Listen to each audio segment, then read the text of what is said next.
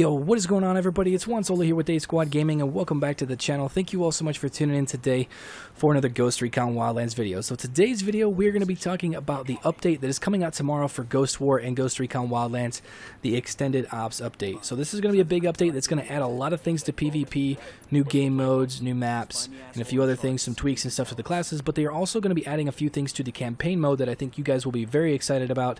So without further ado, let's jump right into it. So the first thing I want to talk about is the new extraction mode that is coming to Ghost Recon Wildlands Ghost War tomorrow, and this is going to be a pretty cool game mode. So what this game mode is, two teams, obviously you take turns defending or attacking a compound to extract a hostage to safety. So there are two locations on the map which there are going to be hostages, so you can kind of pick between which one you want to do, which suits your team's, strengths or whatever better, and you only need to extract one of them to win the game. So if you are the defending team, your role basically will be to prevent the opposite team from grabbing the hostage located inside the safe zone, and then the attacking team has to localize the hostage, grab them, and escort them to their own safe zone without being killed by the defending team.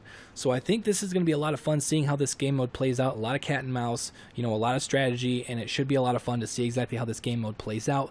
And then also with that new game modes, we are going to be getting two maps. Extraction can only be played in 2 maps for now, and then there will be more maps to come in the next update. And the 2 maps that are actually available, the first one being Institute. As you guys can see here, it's a brand new map coming to Ghost Recon Wildlands Ghost War. A lot of buildings, a lot of open areas and stuff. A little bit of verticality with some of those buildings. I'm not sure if you're going to be able to get up on all of them, but obviously you can see the close building there. There's a stairwell on the outside of the building that's going to allow you to kind of oversee that entire courtyard. So that's going to be a power position in my opinion. And then next we have Garage. So I'm 100% sure I know exactly where this map is. It is in the Itaqua region, and this is one of the missions that you first start off in the actual campaign, where you have to go here and steal the guy's car. And this map is going to be very, very fun. There's a lot of buildings, a lot of interiors, a lot of elevated positions and stuff that you can control that are going to be power positions.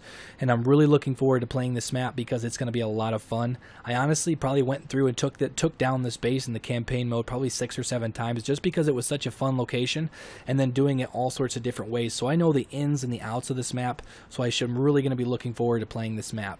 So next we have some of the changes that are going to be coming to the Ghost War classes, starting off with the Sentinel and the Pathfinder. They also they fixed an issue where the Sentinel and the Pathfinder firing shot was not heard.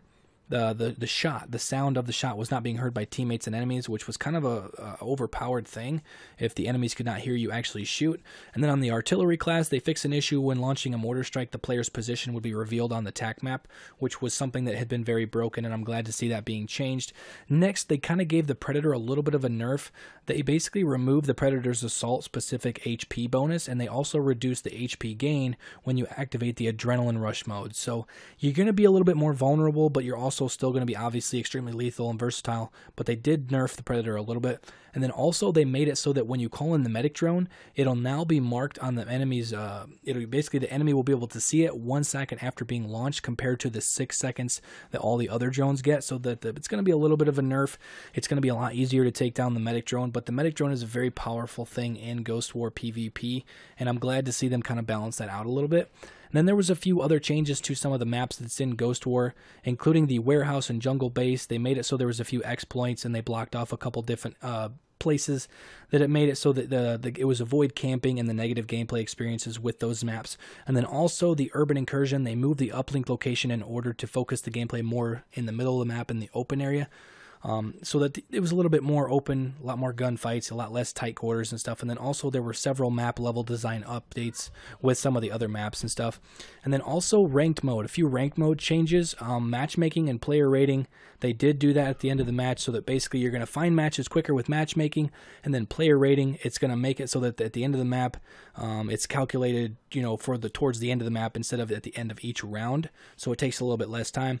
Also with penalties, leaving penalties are now more severe in ranked mode in order to discourage players from leaving the game, just ending the game, leaving the game, hurting your teammates and stuff.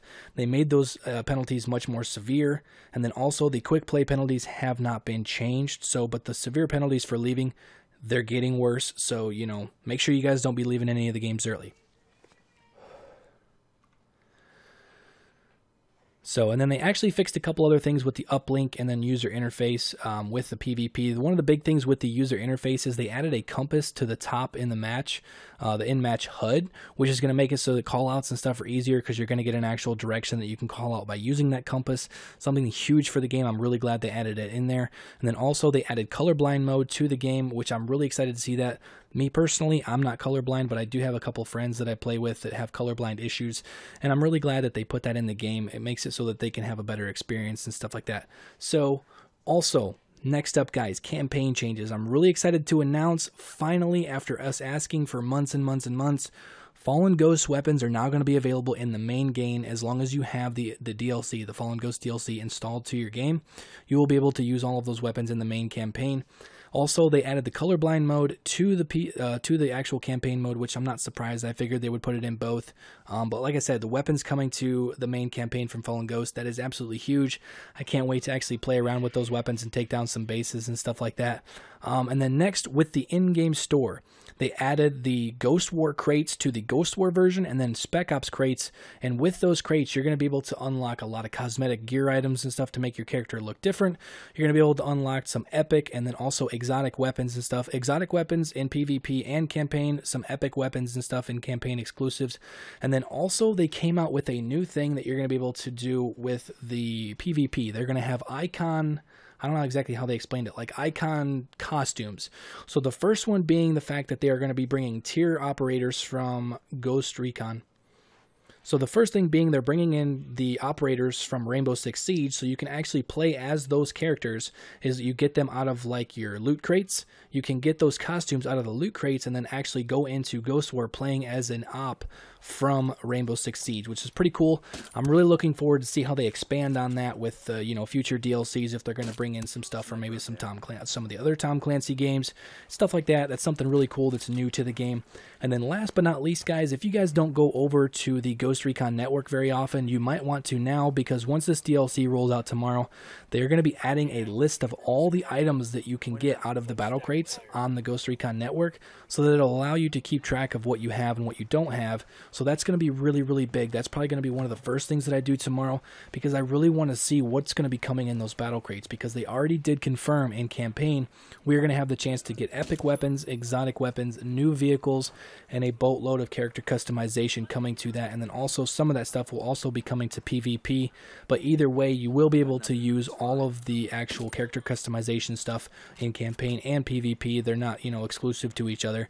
But I'm really excited to see exactly how many items they're bringing to it, and I'm assuming they're going to be bringing more items like that to future DLCs in the future.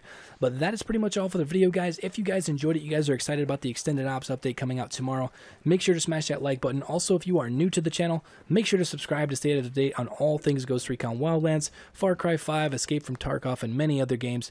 Thank you all so much for watching, and I will catch you guys later. Peace out.